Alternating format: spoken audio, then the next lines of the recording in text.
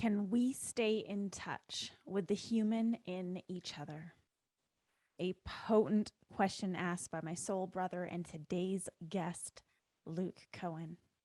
Join me and Luke for an insightful conversation that will take you on a journey beyond the veils of illusion and back into your hearts.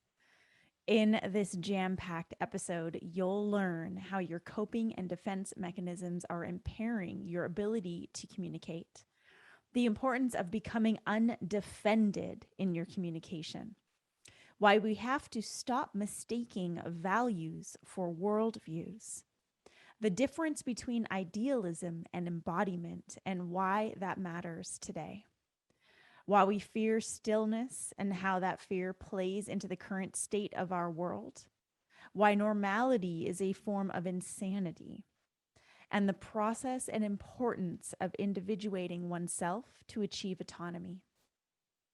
Luke Kohen is a heartist, storyteller, mentor, and ecopreneur with over a decade of experience empowering individuals, groups, and movements.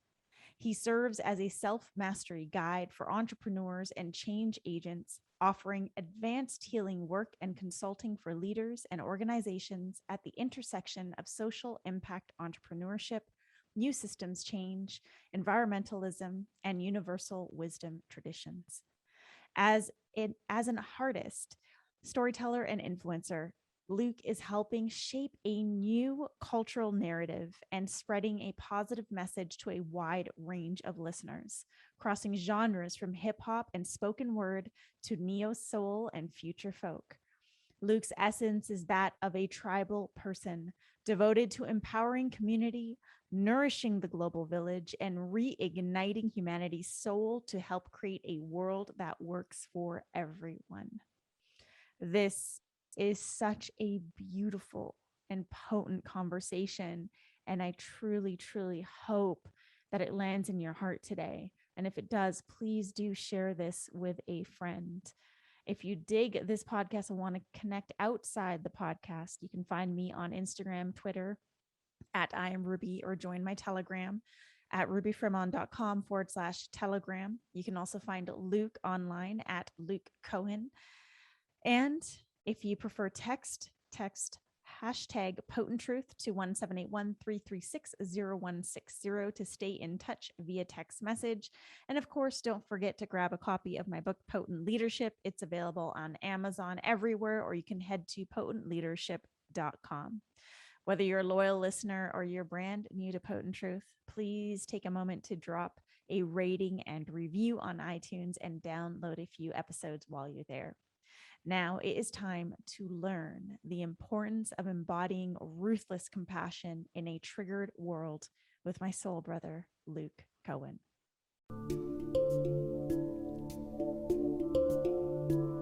Beyond the narrative, underneath the veil of illusion, and deep within your center, therein lies potent truth.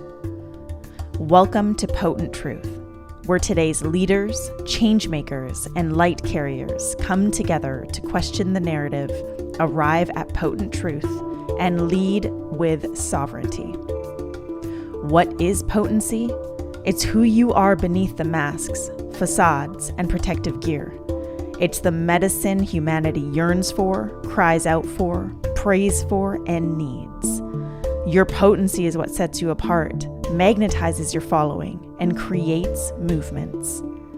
Join me, Ruby Fremon, for weekly guidance, channeled messages, and potent conversations that will take you on a journey of self-discovery. I am here to guide you to a place of unraveling the programming that's been keeping us stuck for generations, unlocking potent truth and expressing it through sovereign leadership. It's time for change. It's time for potent truth.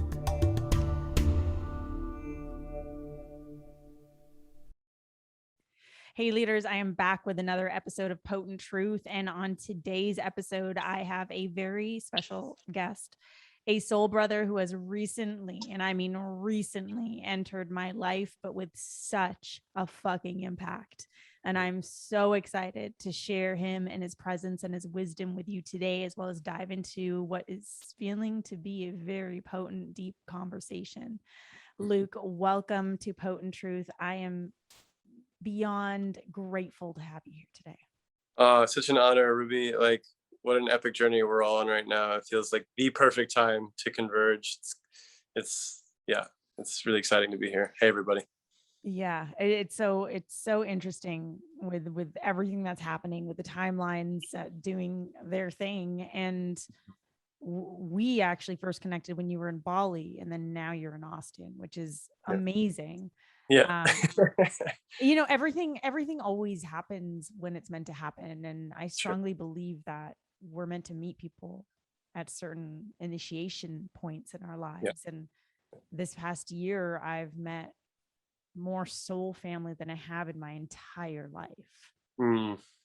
It's like we just see each other now. There's no more bullshit. There's no more illusion. We're all breaking free from this matrix, and we're able to really see each other and feel each other. And so it just spirit never ceases to amaze me in regards to who shows up on my doorstep of Instagram or whatever the channel may be. Yeah. All the different ways, including the digital, for sure. Yeah, including the digital.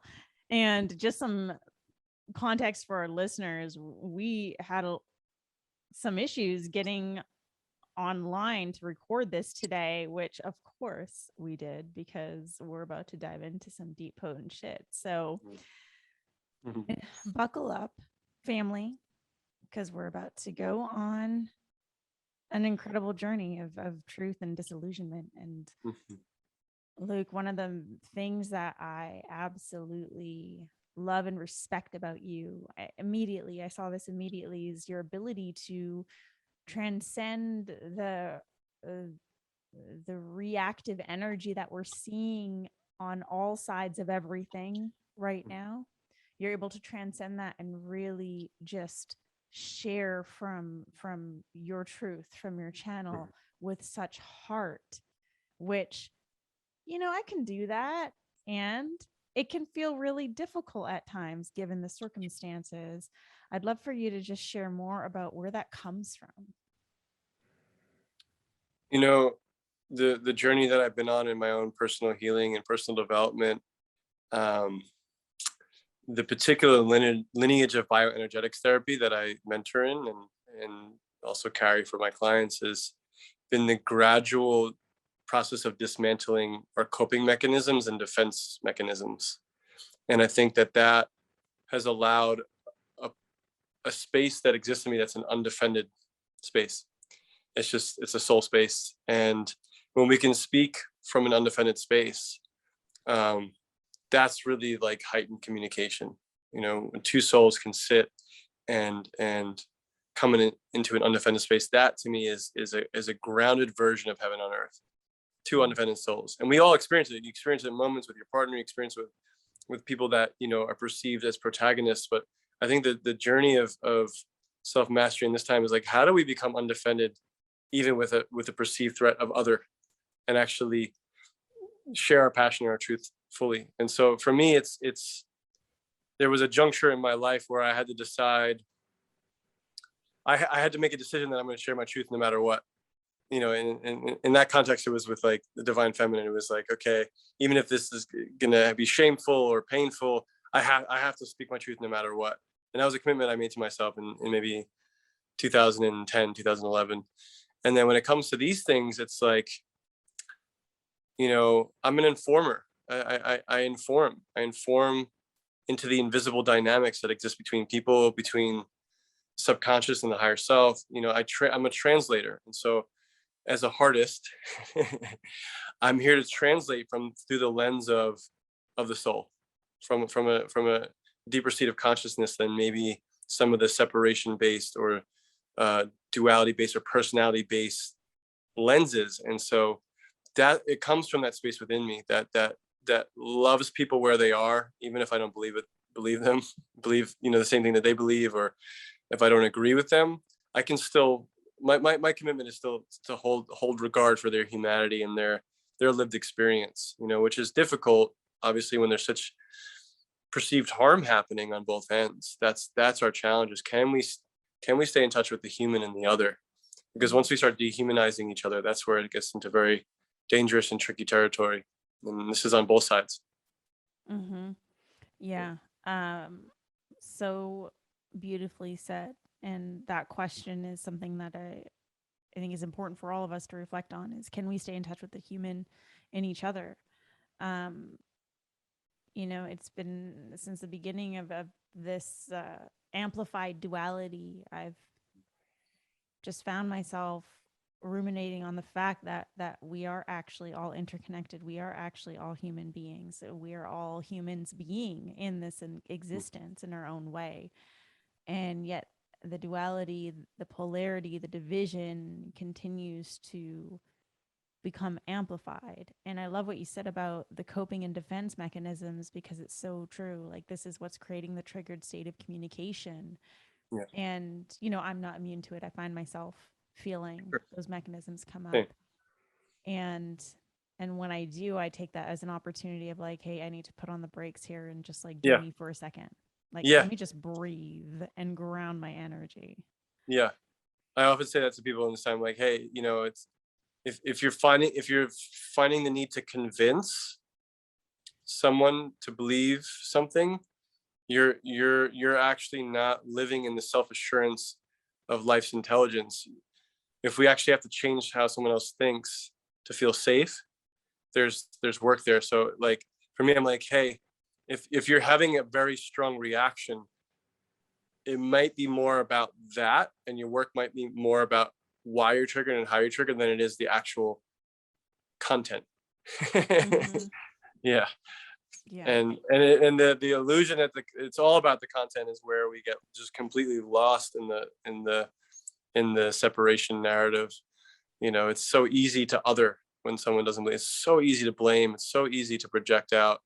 It's very hard to come into self and be like, what am I feeling and why? Where does this come from? Why am I triggered in this particular flavor of rage or disdain or what grief or whatever's there?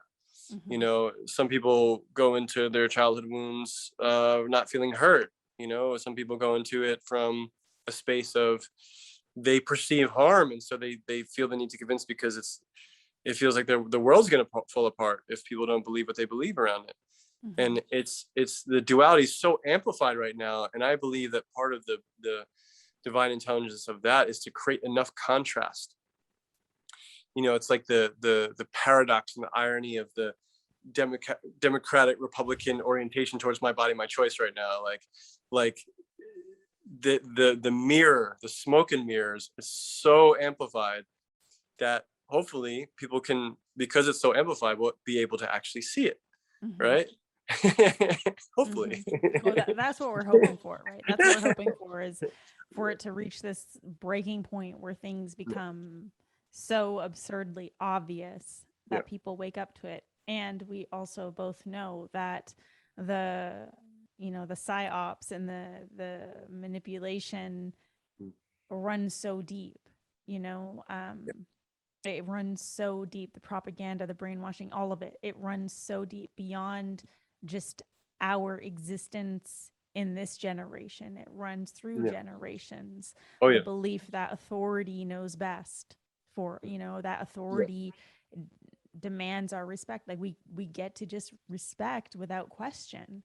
Hmm. And this is what we're seeing now being broken, the illusion Yeah. being broken by Yeah. some. And our Yeah. hope is that we will see more. And it's interesting when you said sharing to convince people. I've said from the beginning, like, I'm not sharing to convince you. I'm not Hmm. sharing to persuade you at all. Yeah. I just want to like share this information that is otherwise being censored. That's Yeah. it. I have no Yeah. attachment to what happens. Yeah. And once you feel that attachment or the expectation, that's when things start to really hurt, and Yeah.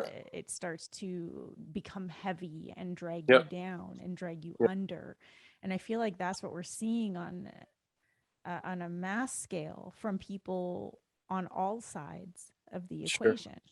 right? And that's creating the disconnect in our ability to communicate with one another. Mm-hmm. Yeah, it's really interesting too, just on even on the personal level. Like, this is what you're talking about, is the energy that is splintering families and friendships apart. And that's always a really strong indicator to me that there's something really big up. When people that have so many shared values are now like, unable to talk to each other. There's something off there. Mm-hmm. I mean, and you know, like being able to discern and differentiate values versus worldview, right? So there's a loss of connection happening because these platforms unfortunately have been weaponized, and because of how defense structures or coping mechanisms hook into belief systems and worldviews. It's very hard for the majority of humanity to be with a question more so than an answer.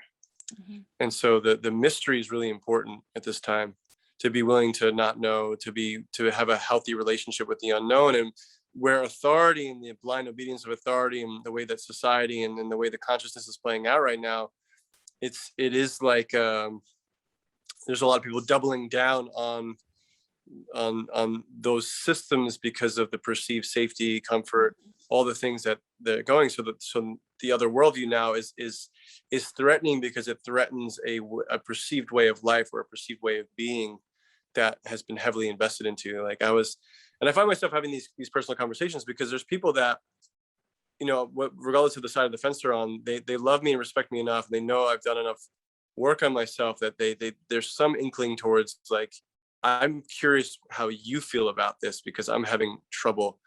And I have a friend who's he's received the shot, and he's very strong supporter of that choice, and he's also pro-choice. Like he's like, I also and he's like, man, I feel like our dialogue is really important. I feel like I'm representing the integrated spirit scientific community, and you're representing the integrated spiritual community, and it's just so good that we're able to share differing beliefs and opinions, and not go into making each other wrong, because we're both committed to love, and so there's a lot of contradiction happening because people's value systems and what they say they're committed to and then their behavior are not matching up right now. It's there's a lot of irony and paradox and juxtaposition happening. Well, here, I want to ask you a question about this, because I've been sitting with that, wondering the same thing.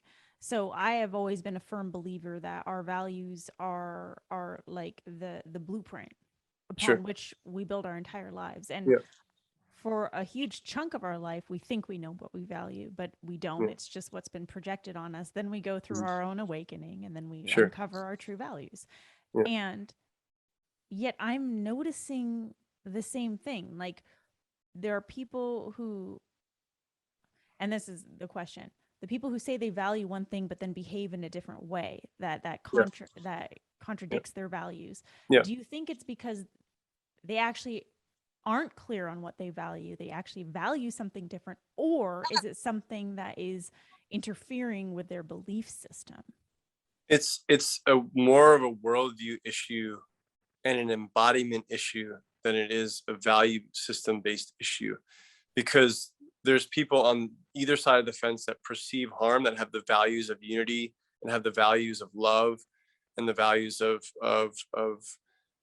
tolerance, that are practicing hateful speech and intolerance, and so it's not that they're it's the difference between idealism and ideals versus embodiment. So when the subconscious still has unresolved material, we can have a really strong ideal that we're working towards, like whether that's in a spiritual context and you're like, I want to get to this level and that's what I'm committed to. And then in the personality or the coping mechanism construct, that North Star starts to create an identity of someone on that path of the North Star. And then this is how that personality looks and functions in the world. And then you have the unresolved material in the subconscious that's underneath, right? That gets more suppressed because it counter indicates the ideal.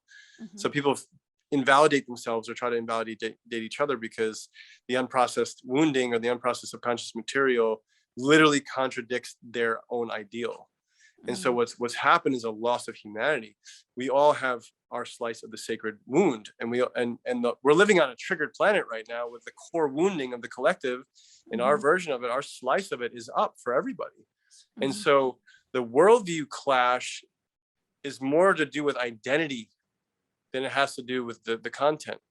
The content becomes the indicator. The content becomes the catalyst for where the unresolved material still is, and that's on either side of the fence.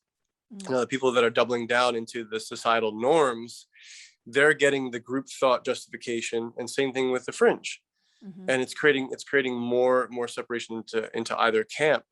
And so how do we actually come into a place of regard for someone that believes something differently, or and let's say like a step up from regard is even empathy, how dare I say empathy for the other, until we can actually have empathy for some of our own unresolved pieces, and we start to actually meet the wounded places and come and like learn to actually love it, meet it, the other will always be easier to other until we're meeting that other in ourselves.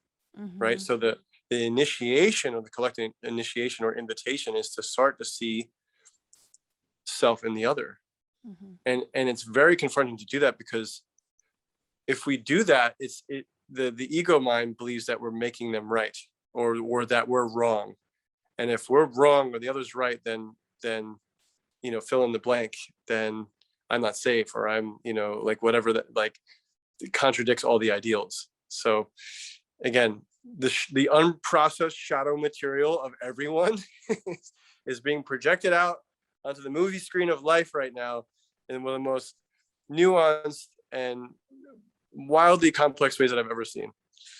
Because I've studied this stuff for a long time, and I've seen it play out in relationship and community, and it is just astounding to me to see how it's playing out in the collective now.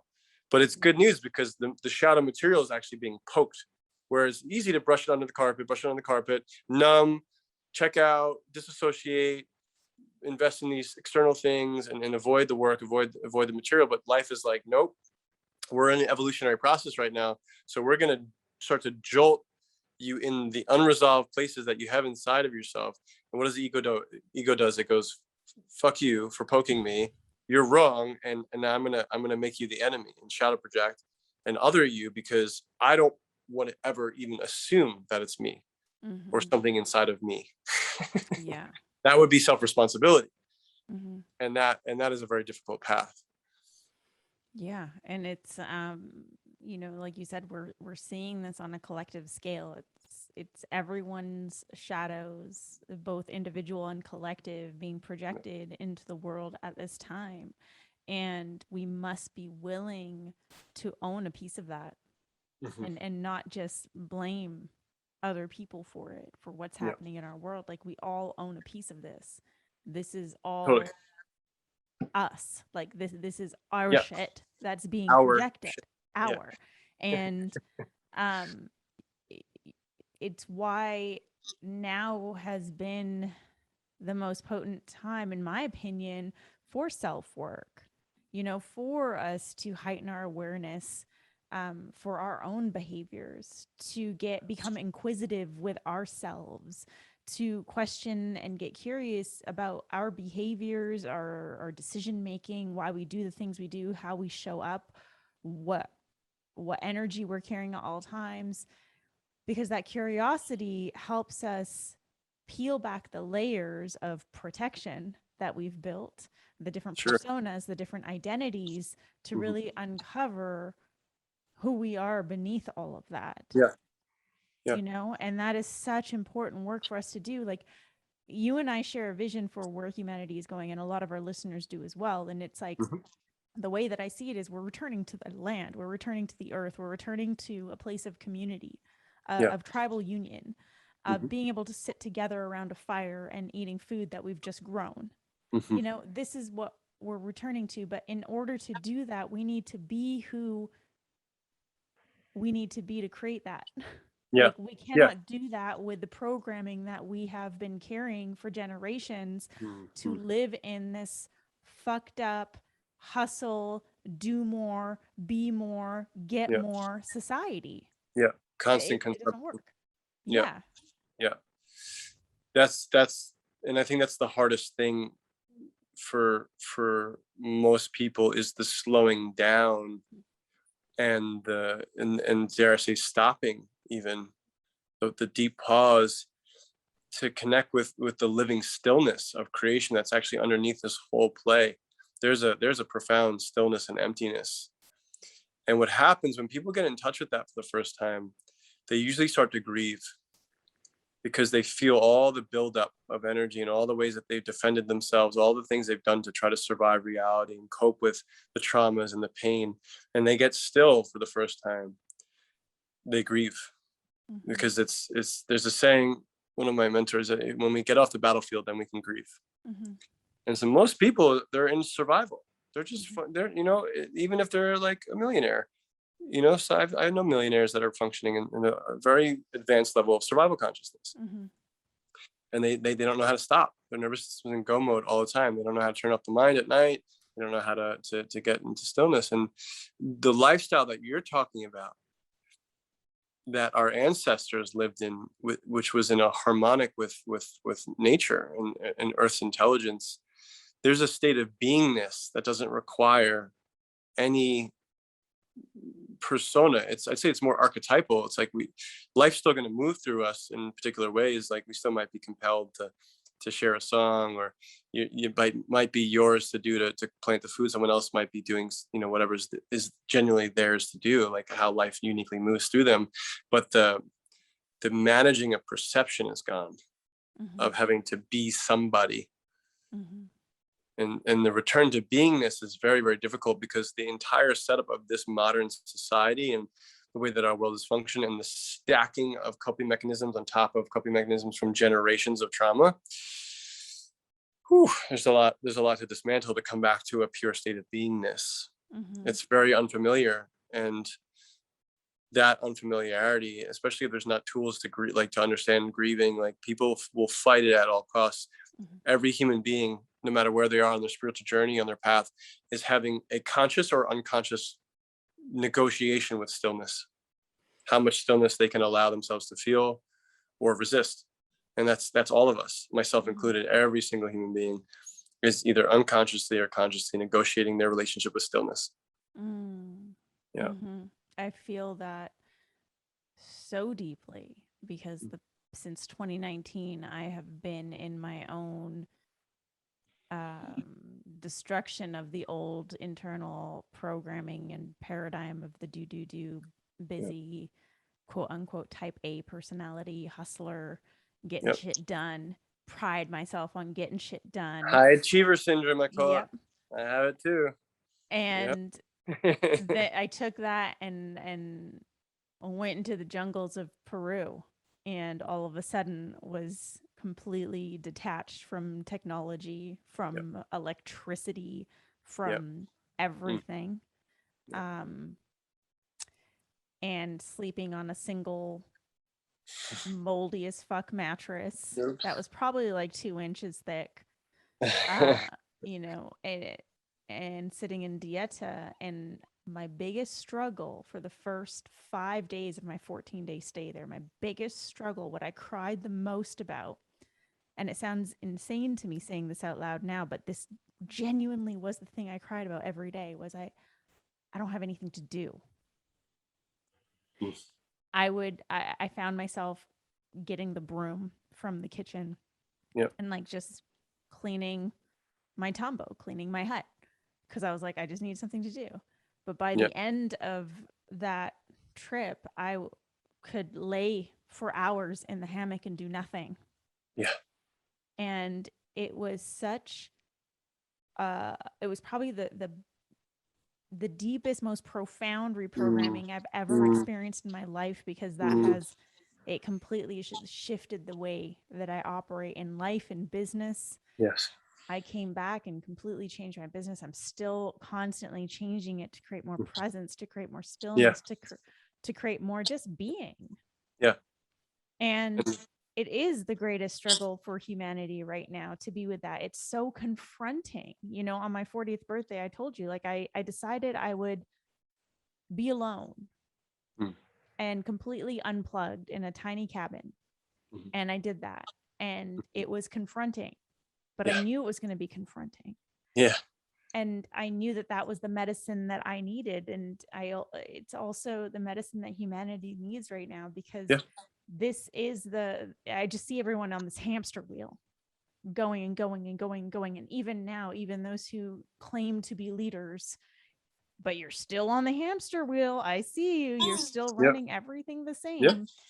And the real work is for us to be willing. That's the thing. That's what I wanted to say. I say all this to say there must be a willingness to be in that stillness, or to want to learn to be in that stillness. And I feel like it's the willingness that is lacking. Willingness is everything. It's how you can resolve any conflict with another person. If there's no willingness, it's incapable. I love this story of what you're saying. You had a return to beingness, and you felt deep peace there. And that's a peace that's very indescribable. Someone needs to go through their own lived experience of having that level of beingness and feeling that level of peace. Now, when the ego construct is dependent on stimulation in order to exist, it feels like annihilation. To have stillness. It does. And all the emotions that are stacked underneath that have to get felt. And those feelings are very threatening to that ego surrender, because it's designed to prevent one from feeling. It's actually, it's a survival mechanism. Just that real. So in order for people to have the willingness to do that, they need to see the value in it.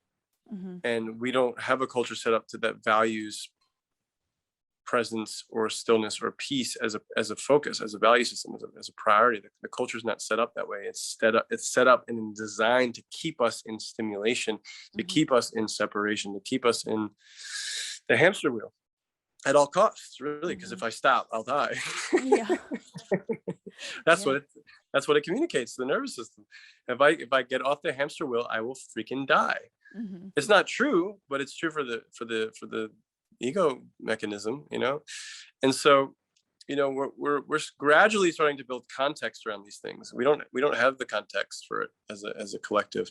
The way that becomes valued and where the willingness arises from is through the process of initiation, which is the context of leaving one identity to a new, and how the nervous system and reality changes, and how we process information changes. Now, unfortunately, for the majority of people, how that happens is through a breakdown, the loss of a loved one, the birth of a child, an accident, a peak psychedelic experience, or a spontaneous spiritual experience. Like those are the things that interrupt enough of the familiarity of the daily. Like, people are merged with their ego and personality in doing this. That's who they think they are. So they're not perceiving themselves as a soul or as consciousness. And so that takes that like huge hit to pattern interrupt the consciousness to see, oh wait, like there's actually something else here. And so I think that being on a trigger planet and like all these, we're in a massive pattern interruption, and now everyone's shit's coming up. All their unfelt feelings are surfacing. They have to sit with themselves. You're like, everyone was grounded for a year, go to your room, feel your shit. And yet at the same time, technology is ramping up. So there's also the escape route. And so each individual has to decide and make an informed decision. There is peace on the other side of the charge of emotional experiences that you're carrying for your whole ancestral line. The epigenetic trauma has been passed on to you. You get to decide to be the one to clean it up or not. That's your choice, because it's absolutely unsustainable to stay on that hamster wheel. We know it. We're at the brink of ecocide in certain areas, like literally ecosystems that, Atitlan in Guatemala is in the first stage of a dying lake. Our reefs are dying. And so the message that I keep giving is, let's not wait for it to get to our backyard to make the change. We've been so funneled into this separation in our own little 4 white walls and a TV and, perceived safety and perceived control, that we're not aware of how much we're all connected and impacting each other all the time. And with the fires that happen and with the floods and other things, it's like Mother Earth's like, hey guys, we're all connected here, and you can't keep going down this route. Like the way that you're living is actually not sustainable. And so whatever is going to jolt people awake to make some adjustments, that's going to come for each soul uniquely unto them. That's going to be part of their own unique journey, but what we can do is we can create more context, and we create more culture that is allowing a pathway from the old busyness into the beingness, and from that stillness. And I'll share some excitement. What's awesome about building a relationship with stillness and that beingness, when you start to listen, because there's a deeper listening that happens from that space, more intimacy, more pleasure, more guidance. You know exactly what you need to actually do to take care of yourself. There's a higher quality of fulfillment and connection when there's that peace that comes from that stillness, and the soul is awake in the body. Reverence happens, so everything becomes filled with wonder again. You can literally find wonder in everything, and this is what we've lost as a collective, is in the heightened busyness. We've lost the divine child within that would look up at the stars and just be in absolute awe. That's nature. That's undogmatic. We all have that capacity for it. We all know an experience from our life where we can access that and remember that state of wonder, that state of complete awe at the beauty of life and the beauty of nature. That's not lost. Every human being can get back to that space, but we have to decondition a bit in order to reawaken. And once that reverence is there, that's how we build the new systems. We can't build a new system or a new culture or a new world that doesn't have the soul able to listen to the intelligence of nature informing how these new systems are going to operate. It can't come from a mental construct overlaying its reality onto life and trying to say, this is what it's supposed to look like, this is how it's supposed to be. It's actually a joining with the natural intelligence of life itself. And that is very difficult because it requires surrender. It requires letting go of control. It requires aligning with the current of the river, and not building a whole strategy that's clinging to a very thin branch. Yeah, and that's what our minds love to do. Our minds love to operate upon the programming that we've either inherited or been subjected to or taken on as some form of self-preservation technique, usually. Yeah. And then this is what leaves us saying, but like what my heart's saying doesn't make any sense. It's not supposed to. Yeah. Because what we call sense, it's kind of like what people used to call normal. Yeah. That was normal? What we came from? I don't think so. I think we've got shit twisted. Yeah. I think what we're going into is how humanity has been meant to live. But what we were living and how we were living, that is not normal. Yeah. It's the furthest thing from normal. It's there's a collective agreement around that. Norms are set forth, and we learned a lot about this in I minored in journalism after 9/11 and losing my brother-in-law. I was really like, how did this happen? Why did this happen? And I went down a rabbit hole into journalism. So like a lot of people that are on the polarized side, they like assume that my worldview somehow formed overnight from like YouTube videos. And actually my worldview was informed massively through whistleblower journalism at a time where it was still taught in our universities before those very aware professors became terrorist sympathizers, and we were no longer taught critical thinking in our universities. At that time, I was reading things like DEA whistleblower articles of like how we smuggled, heroin back in GI body bags in Vietnam, and like how crack was brought into the ghettos to suppress that community. And when you start to get exposed to those things, it starts to that disillusionment of how society works and who it starts to happen. And so we're seeing the full ramping up of that, obviously. So how far we've actually come from the garden, like how far we've actually wandered from the garden is like, that's a series of episodes, right? We could spend hours talking about all the distortions that have happened since the dawn of time that pushed us out of, and all the misinformation and false history that we've been giving. His story, those who win the wars write the history books, right? So a lot of our attention and focus and consciousness has been driven and funneled into specific norms with a lot of intention behind it. So the normality that is actually a form of insanity has been, is so far from nature, so far Mm-hmm. from our inherent nature. And that's what's being defended. So when people talk about, like, I don't understand why my friends are defending these corporations that have obviously caused a lot of harm on the planet, it's because the consciousness around it, it's similar. I call it the Agent Smith syndrome. It's like, if you've watched The Matrix and you watch movies where someone is like, they're seeing something that they shouldn't see. It's like a glitch in the Matrix, like, Neo or Trinity's running and is like leaps, and like someone sees that, they start to glitch out, and Mm-hmm. in that glitching, the Smith can come through, which is Mm-hmm. designed to maintain the Matrix at all costs, right? So that will come through people that aren't willing to change or willing to examine their worldview around how the world works, and are maybe very, very, very, very, very, very attached to what normal is, or whatever normal means. Mm-hmm. They will become defenders of that matrix. Yeah. And yeah, so interesting side tangent. Yeah. Yeah, and we're seeing that, and for many of us, it didn't take much for I'll speak for myself. It didn't take much for my thread to unravel. Like, it usually just Mhm. takes one thing, one Mm. question, one item of curiosity that you're willing to get curious about and question. Mm.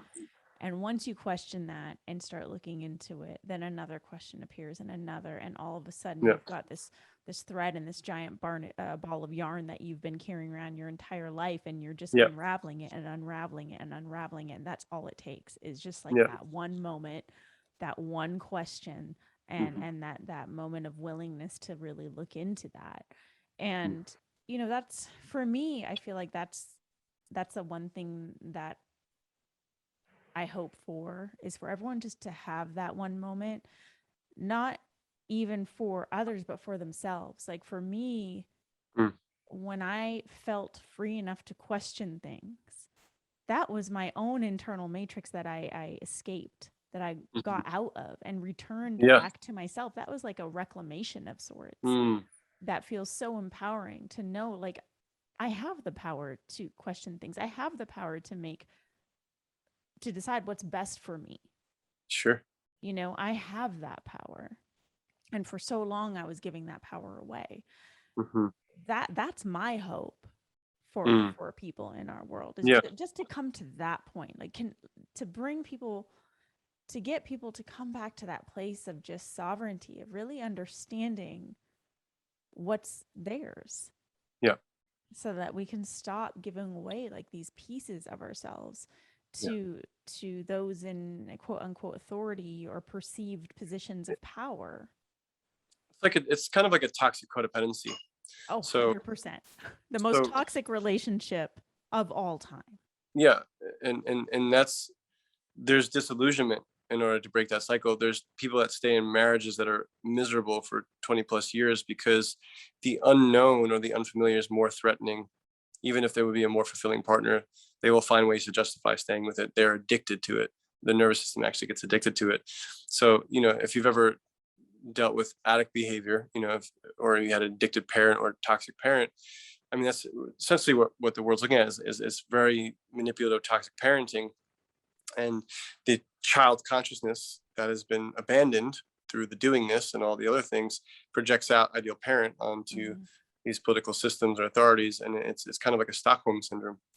uh, while everyone's in a trauma state, they're getting neurolinguistically programmed and bombarded with repeat phrases that eventually land in the subconscious, which, if you haven't done your work to build a relationship with your subconscious, you can't tell when you're being programmed or not necessarily. Mm-hmm. And so it's a huge psychological, multi-dimensional uh, situation that we're actually in. And and similar to you, my hope, it's like, I know what it happened for me. My body had to break down for me to change my life. Like, I literally had a full healing crisis, and I took a poll in 2020 to kind of help spark some hope and faith and check in with my following. I was like, what got you onto your spiritual path? And it was the same answer. It was like a horrible breakup. I had to look at my pattern. I had a peak psychedelic experience. I had a near-death experience. I lost someone I love. I went through a divorce. I lost my job. Like there's some major life transition that happens that interrupts the familiarity that gets you to question.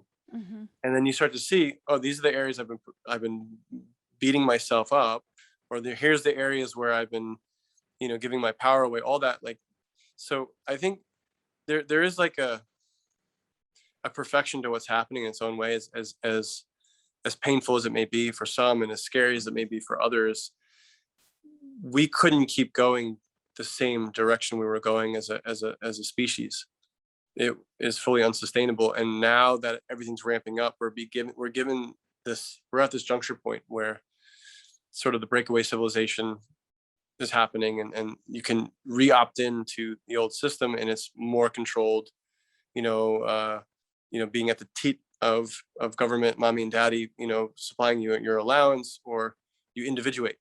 Mm-hmm. And individuation is very painful for a child, when you have to wean yourself off breast milk, like if any parents out there know this, especially if they've gone against some of the norms and like breastfeed their children a little bit longer, or there's different ideas about parenting around how to do that well, right? And so, but most parents can say when you have to wean a child off the breast, if you just do it, it's like cold turkey, can be more difficult. This is similar. Like the process of individuating is painful. Mm-hmm. It's not a fun process to individuate. And a lot of people, it's like if there's threads of codependency and unresolved codependency, it's more likely that they're going to opt back into the system, because that's what they were taught. They were modeled codependency. They were shown that by their parents, by their family structure. The societal structure reinforces it. Disney reinforces it. So we have a whole system of culture that's actually completely and utterly codependent. Mm-hmm. And so this ideal of sovereignty, or I prefer autonomy, because the other word can be very triggering to those that would seek to keep us, in a slave consciousness. To achieve autonomy and individuate, we have to go through the path of our sacred wound. We have to pierce into it and see. And it's a divine setup. Like we literally came into this earth completely dependent on our parents. We are, like, you won't survive without that dependency. Mm-hmm. You're in a womb, you're birthed, and there's an umbilicus, and then you inherit your mother's lymphatic system and nervous system, and then you're constantly looking back to them. Am I safe? As you explore your environment, and the stages of development happen in the nervous system, those get imprinted. Those are stored in everybody, and that's not cognitive. It's before language, before the cognitive mind turned up. So those early years of development set up so much of our personality traits in ways that we sense make reality. And for most people, the trauma that's still there, they will never consciously touch. They've stacked coping mechanisms on top of coping mechanisms on top of coping mechanisms. So to actually individuate and break that pattern of codependency, we have to go back through that womb, all the way down to when we were in utero, and what was being imprinted in our consciousness by the conversations around us, to how safe our mother felt before they birthed us into this world, to all that's in there. All of us, we have like imprints in our nervous system that are not cognizant, that are in the body, that in the cells. And so yeah, it's beautiful to me, and also intense, because what a setup where we're completely dependent, and then we have to, as an adult, go back through time and recapitulate all the parts of ourselves of where we were running these programs of, and essentially just coping with the intensities of life. So the path of individuation it's not a glamorous path. It's not like there's no one that's going to come and save you. That's really at the end of the day, every child consciousness thinks that. They project ideal parent. They think someone's going to save them. So something is going to happen like that. It's just not realistic. We have to become our own heroes. The soul has to reparent the child of the nervous system and bring it into wholeness, to step away from this parent projection and these codependent patterns that are completely toxic. So anyway, I'm kind of saying the same thing. I just want this to land, to understand that we've been given the setup as an initiatic path as souls. Souls get to choose that. They either stay in one sort of flow, or they evolve and individuate. Yeah. So important for people to really understand right now. And, in the path of individuation, Yeah. there is there's a couple of things. One is cultivating self-trust, and the other is cultivating safety from Yeah. within, because we've been literally trained, programmed, inherited external sources for safety, external Yeah. sources for trust. And Yeah. so this is a return, a relearning, Yeah. or for many of us, learning how to trust ourselves, learning how Unlearning to, and learning something new. Yeah. right, Yeah. and learning how to cultivate that sense of safety, because everything external that we think is safe, the house, the money, the vehicles, the stuff, the authority, the insurance, like all The these things that are institution, the blah blah right, blah. Fill in the that's all an blanks. illusion. Yeah. That it is Yeah. all an illusion. And those can be taken away at any point in time, as we're seeing right now. Yeah. And so it's, I feel so grateful to have gone into the jungle in November 2019, Mm. because I went there, one, with the intention to learn how to be with myself again. Yeah. And two, I came out with the biggest lesson, which was learning how to trust myself and learning how to Mm. cultivate safety within myself, which was Mm. huge. Had no idea what was about to go down in the world, but I feel like I was prepared for Mm-hmm. that. And and witnessing other people in that space of like lacking safety, wanting to reach out for safety, lacking trust, wanting to reach out for sources to trust. It's this chaotic dance that we're witnessing in humanity right now, but I have so much compassion for it because I've been there and I know what that's like, and it's so difficult because of just how programmed we are. But it's also, this is the dance, this is the chaotic dance that's going to get us to where we need to be. Yeah. This is the initiation / invitation from life to either grow up or not.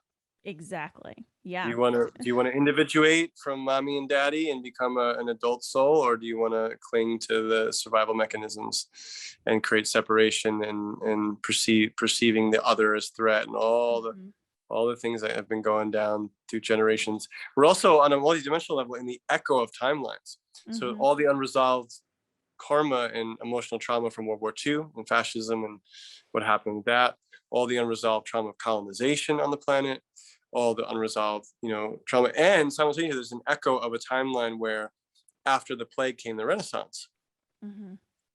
Right. And so the thinkers and the thought leaders and the artists and artisans, we're meeting in these small groups, sort of, experiencing this shift in consciousness post-plague, and we're templating some of the things that became part of that whole movement. And that's what a lot of us are doing in our little clusters, where we were forced to stop and slow down during it, and that created an opportunity to create really coherent, intimate bonds with souls that were actually can meet us.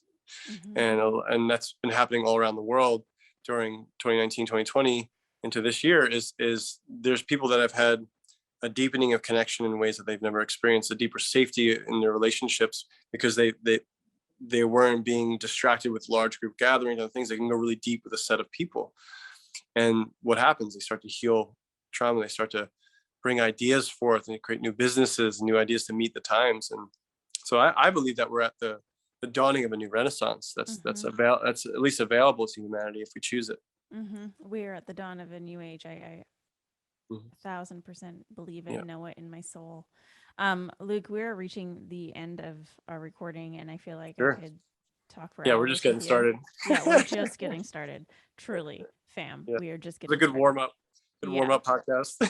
But if there was one potent truth, like a very succinct something that you want to leave our listeners with, what would it be?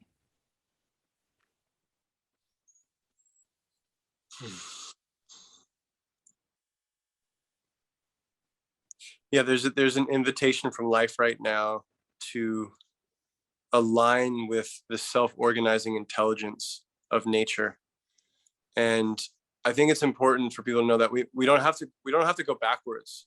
Like you can have the internet in your yurt, it doesn't, Mm-hmm. you don't have to we don't have to go backwards. So don't be afraid of that. Like the invitation from life is to actually innovate and find the best practices and the best tools for all of it to thrive. So I think, what I would say is as we go through this sort of bifurcation process is to find what is uniquely your purpose within it. What is life inviting you into? What is the clarion call from creation that's saying, hey, this is what you need to step into. This is your piece of the puzzle, because we need a participatory culture now. That we're all being asked to participate, and so bring your piece. Your piece is needed. It's wanted. Life is asking for it, and just to really find and pay attention to what that is, and you'll find the others, and we'll plug and play and collectively birth this new renaissance. Beautifully stated. Luke, thank you so much for being who you be, for sharing your presence and your wisdom, and just the lineages before you with us today. And I so appreciate you. I so appreciate your perspective and your ability to communicate with so much love and compassion during these times. Thank you so much for being here. It's a joy and an honor. Thanks for having me. I look forward to having more conversations. Definitely. And for everyone listening, if you want more of Luke, I've got his links in the show note, but you can connect with him on Instagram, Luke Kohen, and his website, lukekohen.com. Again, those links and more will be in the show notes. Yeah. And that's the Kohen with a K. With a K. Yes, with a K. Kohen. Yeah. To everyone listening, thank you so much for joining Luke and I on another episode of Potent Truth, where we are taking you on a journey to challenge illusion and lead with sovereignty. If you enjoyed today's episode, please share it with a friend. Please leave a rating and review on iTunes. And be sure to connect with us on social media. Feel free to share your biggest insight with us. And check back on Monday for a brand new episode of Potent Truth. Aho, family. Aho.